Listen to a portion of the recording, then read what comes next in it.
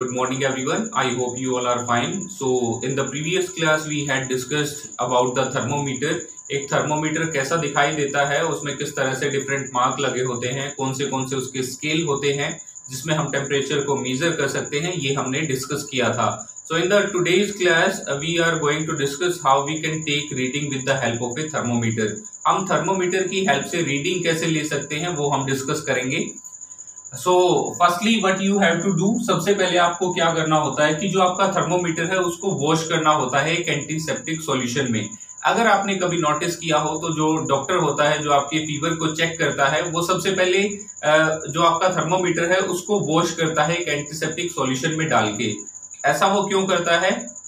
ताकि जो आपका थर्मोमीटर है उसमें किसी भी तरह का कोई भी जो जर्म लगा है वो वहां पर ना रहे. तो इसमें फर्स्टली आपको क्या करना होता है कि एंटीसेप्टिक सॉल्यूशन में वॉश करने के बाद आप उसको फर्मली होल्ड करोगे. होल्ड करने के बाद आप उसको कुछ जर्क्स दोगे, मींस आपको उसको ऐसे झिड़कना होता है ताकि जो आपका मरकरी का लेवल है वो 35 डिग्री सेल्सियस से नीचे आ जाए. इसके बाद जो आपका बल्ब है थर्मोमीटर का, उस तरफ से उसको आपकी टंग के नीचे आपको रखना होता है. After 1 minute you have to just take it out from your mouth. अपने माउथ से उसको बाहर निकालना है और उसकी रीडिंग को चेक कर लेना है.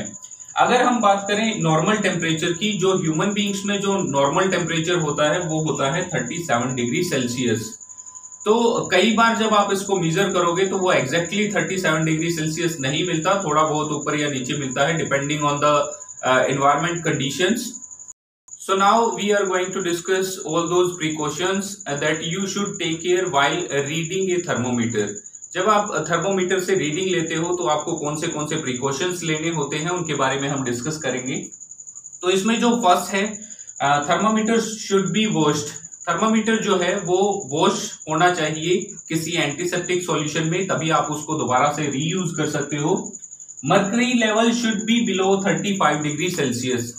जो हम वो जर्क्स देते हैं तो वो जर्क्स देने से क्या होता है कि जो मर्करी का लेवल है वो 35 डिग्री सेल्सियस से कम आ जाता है, उससे नीचे आ जाता है, और तभी आप थर्मोमीटर से सही रीडिंग ले सकते हो.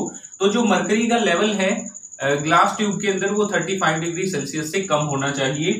इसके बाद next one is read the thermometer along the line of site. जो आपका थर्मोमीटर है उसको लाइन ऑफ साइड के अलोंग रखकर आपको रीडिंग लेनी चाहिए, मींस बिल्कुल सामने रखकर आपको रीडिंग लेनी चाहिए. अगर आप उसको थोड़ा सा इधर उधर करके रीडिंग लोगे, इन दैट केस जो टेम्परेचर की मीजर होगी वो एग्जैक्टली आपको नहीं मिल पाएगी. इसके बाद जो नेक्स्ट है, handle the thermometer with care. जो आपका थर्मोमीटर है वो ग्लास का बना होता है, तो इसको केयरफुली हैंडल आपको करना चाहिए, क्योंकि अगर ये किसी चीज से टकराता है इन दैट केस ये टूट सकता है, और जो मरकरी है थर्मोमीटर का वो बाहर आ सकता है, और मरकरी जो है वो हमारी बॉडी के लिए हार्मफुल हो सकता है.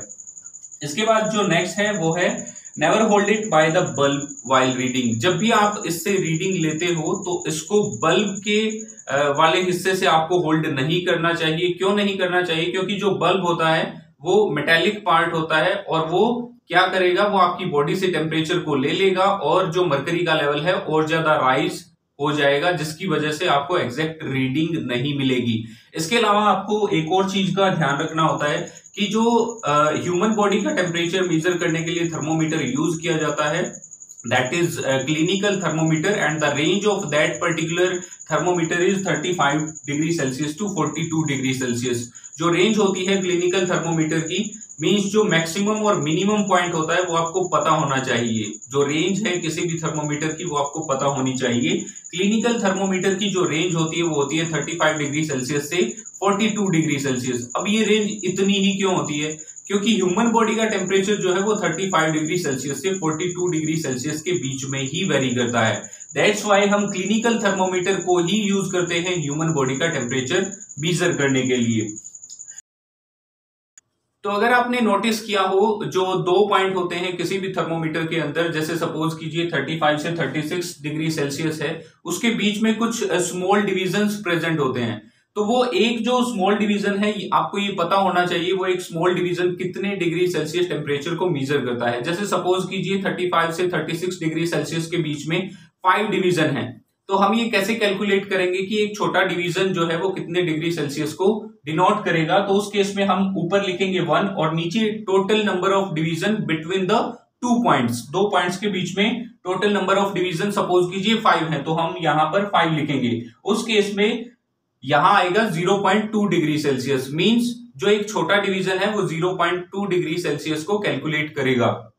इसके अलावा अगर सपोज कीजिए 10 है, इन दैट केस क्या होगा, 1/10 हम लिखेंगे और वो 0.1 डिग्री सेल्सियस टेम्परेचर को डिनोट करेगा। तो इस तरह से आप जो टेम्परेचर है उसको मेजर कर सकते हो और ये सारे प्रिकॉशंस आपको लेने होते हैं while you are reading the temperature with the help of a thermometer. Next we have to discuss about the activity 4.3। 4.3 जो एक्टिविटी है ये काफी सिंपल एक्टिविटी है। इसमें आपको करना क्या है, बेसिकली आपके जो कुछ फ्रेंड्स हैं उनका टेम्परेचर आपको मेजर करना है with the help of clinical thermometer और आपको एक टेबल में उस डाटा को टेबुलेट करना है, उस डाटा को रिकॉर्ड करना है। जब आप इस एक्टिविटी को परफॉर्म करते हो तो आप क्या देखते हो कि आपके जो कुछ फ्रेंड्स हैं उनका जो टेम्परेचर है वो 37 डिग्री सेल्सियस नहीं आता। 37 डिग्री सेल्सियस से या तो थोड़ा सा ऊपर मिलेगा या थोड़ा सा नीचे मिलेगा। तो ऐसा क्यों होता है बेसिकली, तो ऐसा इसलिए होता है, as I already told you about that, due to the environmental conditions, environmental factors, जो क्लाइमेट होता है उसकी वजह से भी ह्यूमन बॉडी का टेम्परेचर जो है वो इंक्रीज और डिक्रीज करता है। तो इसी वजह से जो टेम्परेचर है वो 37 डिग्री सेल्सियस के आसपास आपको मिलता है। तो जो क्लिनिकल थर्मोमीटर है उसको इसीलिए बनाया गया है, मैंने आपको बताया था कि जो ह्यूमन बॉडी का टेम्परेचर है वो 35 से 42 डिग्री सेल्सियस के बीच में ही लाई करता है और इसीलिए इसकी जो रेंज होती है वो 35 से 42 डिग्री सेल्सियस ही होती है। इसके अलावा एक और टाइप के थर्मोमीटर होते हैं आपके मैक्सिमम मिनिमम थर्मोमीटर। ये एक ब्लू बॉक्स में गिवन है।